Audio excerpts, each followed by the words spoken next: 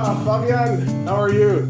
Yeah, I'm fine, and you? Very good, very good. Thank you so much. So, for those of you who are watching, this is my dear friend and something of a legend in the watch industry, the woman that's running the Fondation de la Haute Horlogerie, Fabienne Lupo.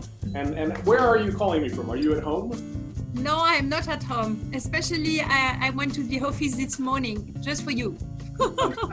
And I love your jacket. In many ways, it's the color of the Swiss flag, you know? No. Normally we are at home. We are contained at home. But this morning we had this announcement. We had to send the press release, and so I was with a team in our offices. You know, we have this beautiful building in the very center of Geneva called the Pont de la Machine. And so yes, I am alone, almost alone in Geneva, in the very center of Geneva, in our beautiful flagship for the Fondation de la Haute Horlogerie. Fantastic. And Fabienne, I you know, you're already a very busy person, but I suspect you may be the busiest person in the watch industry since April 14th. So I guess that's you know, the first thing I would love to ask you about. So Patek, Rolex, and Chopard and Chanel will be creating their own fair in its association with the Foundation. How did this come about? And, you know, because there was, of course, some theories from the MCH group that it had been something that was in the works for many, many months, but actually I would imagine it was something relatively recent, yes? Oh, you know, this is a fantastic news, of course. This is a fantastic news, and amazing news, and unexpected news for the industry first, because I think what is really important is to be together, to be stronger together. And I think this initiative to be all together in the same place at the same momentum, and with all these beautiful brands, it's just something really fantastic. So I'm more than happy that this happens at last. And because it's a good news for the industry, it's a good news of course for Geneva, because Geneva is, as you know, is a cradle of fine watchmaking. So to have such a big event all together in Geneva, of course, it's fantastic. And it's also fantastic for the Fondation de la Haute Horlogerie, for the FHH, because we are working for that since years, since our foundation, because it's really our mission to gather all the most beautiful brands in the world, to be stronger together and to promote and the culture and know-how about fine watchmaking. So I'm really, really happy of that, and of course this is the start, the beginning of something bigger. And but for the time being, frankly speaking, I cannot say more than that, because everything is getting ready all together, and for the time being, I cannot say more than that. Well, it's really wonderful. It's too early. We have to speak maybe next week. No, but that's wonderful. You know, I think from the perspective of everyone that is part of this world, especially those of us who have to travel. So, for example, journalists or distributors or retailers from a specific country. When we used to have to make the trip twice, it was actually quite challenging, you know, and I know, for the example, I have friends, my friend Mike Tay, for example, who owns the Hourglass, you know, when he travels with a huge team as well. Yeah. And, you know, it's a massive expense to undertake. It's a massive logistical operation to undertake. For Revolution also, because we have editions in various different parts of the world, it became, you know, our major expense of the year. And also the idea that, you know, that you would travel twice rather than having it sort of concentrated in one sort of wonderful event where you would be immersed in horology, the creation of beautiful watches, and you could see from, you know, one group and one brand within there to, say, another group and the next brand, you could start to identify the way in which horology was actually evolving. You could see this wonderful story of you know, wristwatches and of time telling, you know, changing and merging and kind of evolving over time. And it's wonderful that it can all kind of take place together now. So, you know, bravo. Yeah. Thank you. Yeah. We are really thrilled to yes, we cannot expect this new project and new show, because as you say, all the most beautiful brands in the world will be present. So yes, we are really happy of that. Now, last week, I also understood that LVMH Group has also decided to leave the Basel Fair. They were, they've already done their fair in Dubai, which we attended in January, which was an excellent fair.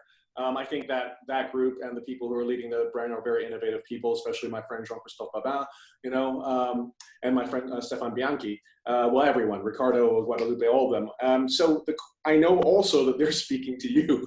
So will there be a place for LVMH Group also in Geneva during this period?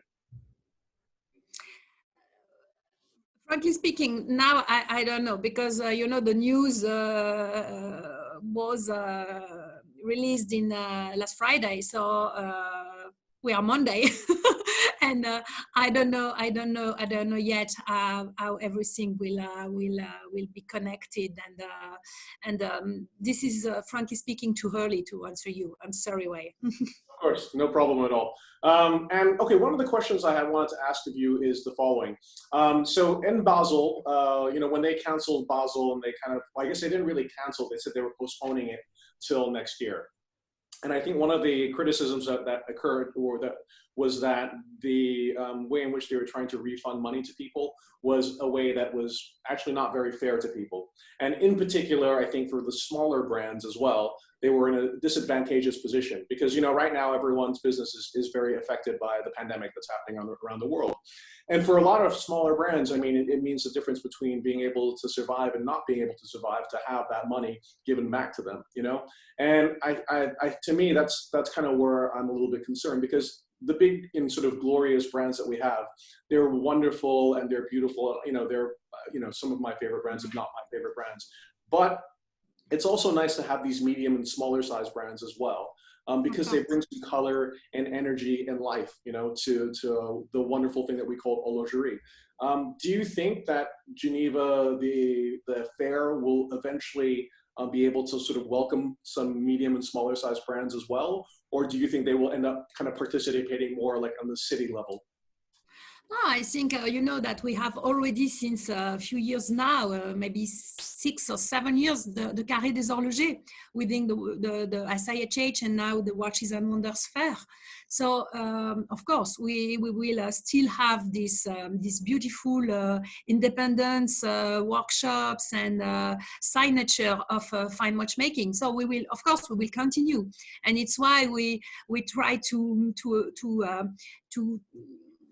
let's say, to preserve them financially, because especially with the cancellation of Watches and Wonders 2020, they won't have anything to pay.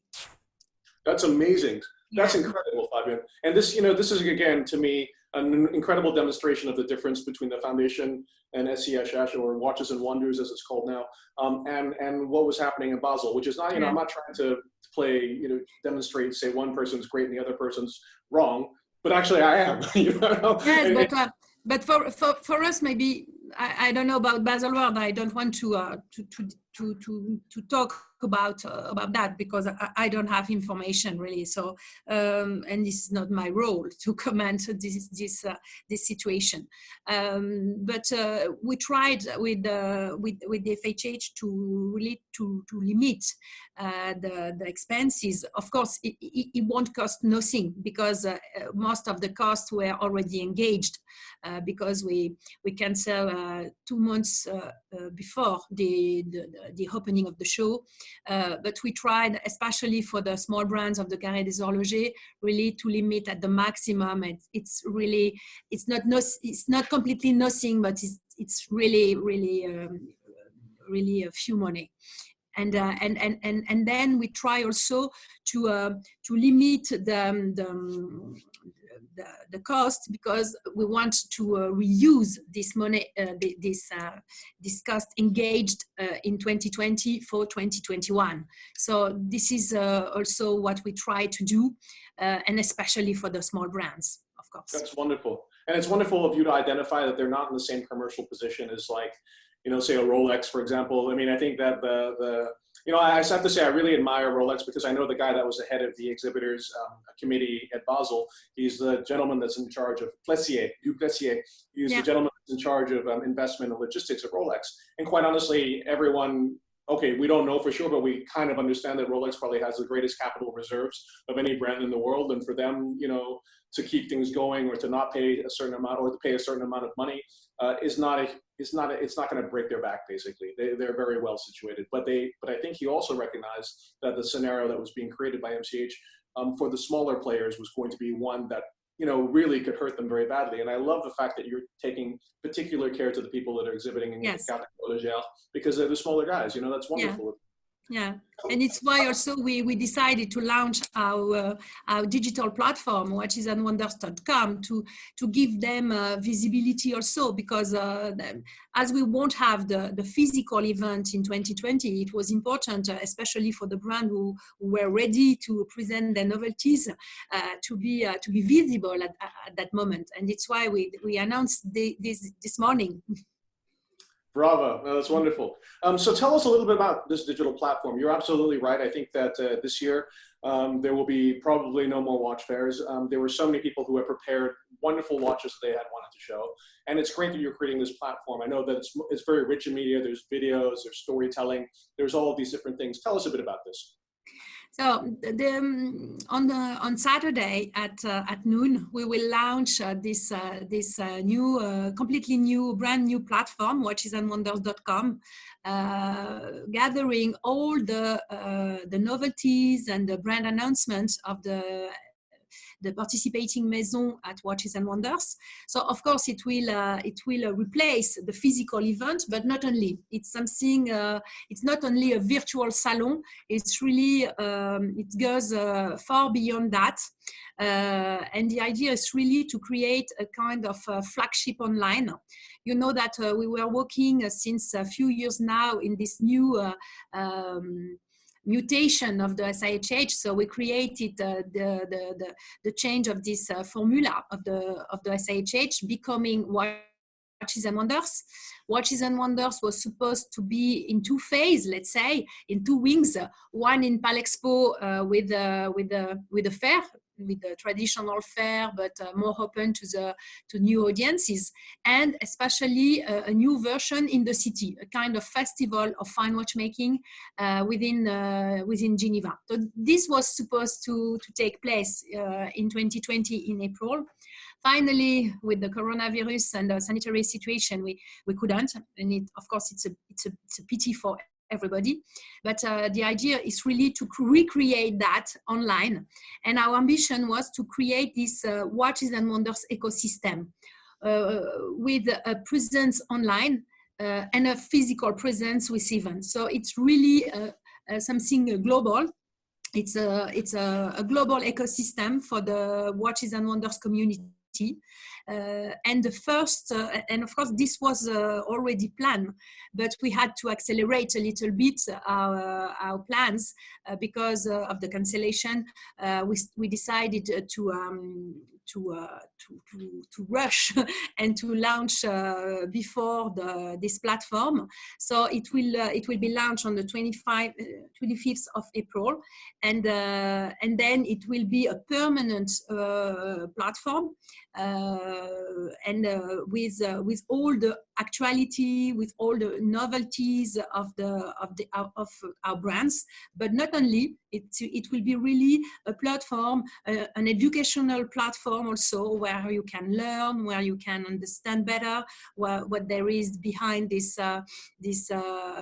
beautiful timepieces, especially because you know that the Fondation is really considered like a referent institution in culture and knowledge about fine watchmaking. So we bring all our professional and referent content on that platform to become really the must attend and the place to be to know better and to be part of this fantastic community worldwide. One of my favorite things you did at the last Watches and Wonders it was kind of like these TED Talks, you know? So you had this great area that you had a stage, and there CEOs could tell their stories. They could tell the stories of their brands. They could even have a debate, you know, between two people that had different perspectives, but both were valid. And I think that your focus on championing the growth of watch knowledge has been wonderful. And I think that's, you know, you really see the foundation bringing to life all these different facets of the industry through these initiatives. So bravo. Yeah. Now, yeah, one of the you're right. We are a kind of a voice of a business voice, you know. We kind of the business of watches, and it's important that we can bring to the stage and all these CEOs of brands, this expert, this key opinion leader, the industry opinion leader on stage to discuss and to have this to bring alive this content. So effectively, since 2 years now, we decided to have this platform, this auditorium, sorry, during SIHH and now Watches and Wonders. So this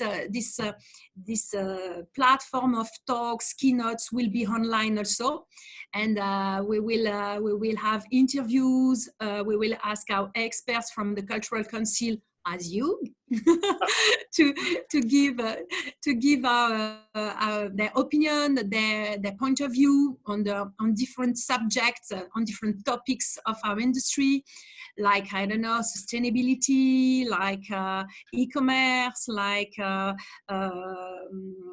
social networks, like new retail, like experiences, like also novel, not only products, but you know, if you remember well, since last year also during the SIHH, we presented, you know, the new section, the lab, you know, the lab where you can discover the new, the innovations, technology innovations from the brands.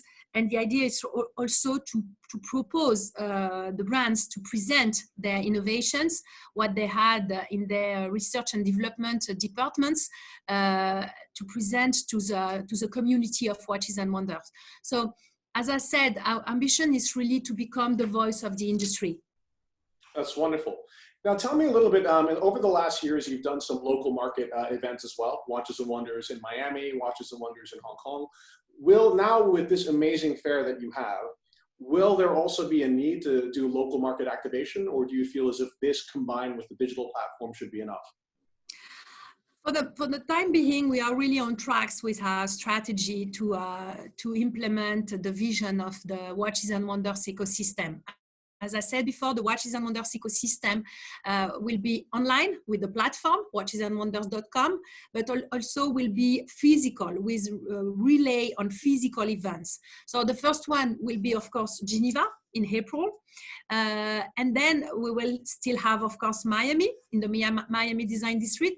We need now to figure out how it will be in the agenda, because of all these changes, but for sure Miami will continue, and then we are working on a session in Asia, of course, because Asia for us is really important. As you mentioned before, we had this experience of 3 editions of Watches and Wonders Hong Kong in 2013, 14, and 15. And now we are thinking maybe to have something more in mainland China, but for the time being, it's too early to say where and when. But of course, our plan is really to have one event, one reference event in each in Europe, in Americas, let's say, and Asia. Amazing. 2 more questions for you, Fabienne. The first question is this. So for the past, I guess, almost 2 months now, a lot of us have been living our life around a computer screen. You know, this is the way we are talking to each other, interviewing, socializing. There's a lot of people even exercising using their screen, you know, with a bicycle and just following live streaming classes. Do you think that this will change our behavior as human beings permanently? And do you feel as if people will still want to interact with each other in the context of something like a salon? Yes, I think so, because but this morning we were contained since 5 weeks now, and I went to the office to meet my colleagues, and we were just really happy to see each other, because we see each other online with Zoom, with Teams, with Skype every day, but it's completely different. It's completely different. So of course, I think we are humans, and we need to interact because we want to be all together. This is really important, and especially I think in our industry, where we are producing, creating, imagining amazing timepieces, a beautiful piece of arts, and you want to see them, you want to touch them, you want to try them, you want to the weight, the feeling that you when you touch, when you see, it's completely different. So for our kind of product, it's really important. It's really important, and it's why we call also our platform, our new motto, it's "Let's Connect," because now we are really connected with online, but we need to stay connected physically. I think this is my gut feeling, and I think it's really important, especially for our industry. I totally agree with you, and that's exactly what Aurel Box said as well. Yeah. And I think especially in this moment, because we are all contained at home, behind our screens, and yes, once again, I think it's really important to stay connected, not only with digital tools, but physically, I think. I love it, because the watch is such a human thing. The watch only gets its energy from the human being that's either winding it or wearing it, and it has to be in contact with a human being to have life. And I think that this industry is a very human one, and I love it because of that. And I think you're right. Yeah, but so I know that you know that better than me. Not at all, not at all. So I guess my last question would be, it was interesting, because when we first had to enter this moment of isolation or lockdown, I think a lot of people, their perception of time became very warped, like sometimes day became night and night became day, because they weren't living in a way that was structured. And I think all of us who have really sort of started to work quite well within this context, it's because we restructured our days, and we provided a morning, afternoon, and evening where we're doing exactly the things we could. Actually, in some ways, we're being very productive because we're just in front of the screen. And for me, the watch has become such a valuable part of that, because it's helping me keep track. It's like my compass and my metronome. It's guiding me through my life every day. And for me, I've become even closer and sort of more in love with my watches. Do you think that in the world after COVID-19, watches will still have a place? Yes, I think what you said is exactly that. I think we can see how time is important in our lives, and I think that we used to run after time, and now we still run, but I think our perception is completely different, and we can measure how time is important, and how is the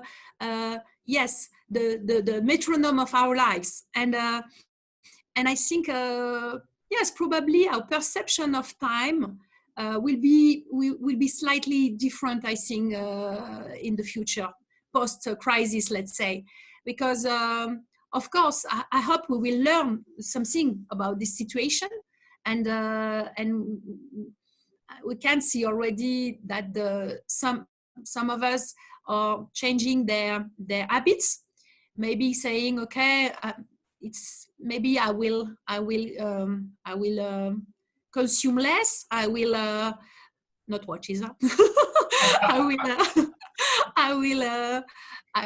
Yes, I will travel less. I will change my habits, my way of life, and I think this is also very linked to our perception of time. So I'm sure that watches will remain in this post-coronavirus world, because they are not only objects, as you know. They are more than that, and they are very personal items, very linked to our to our life, to our emotions, to our passion, and I think we will still have we will still need this kind of objects. Of course, we don't need watches to read time, to tell time, but it's why it's something more than that. Yes, we are.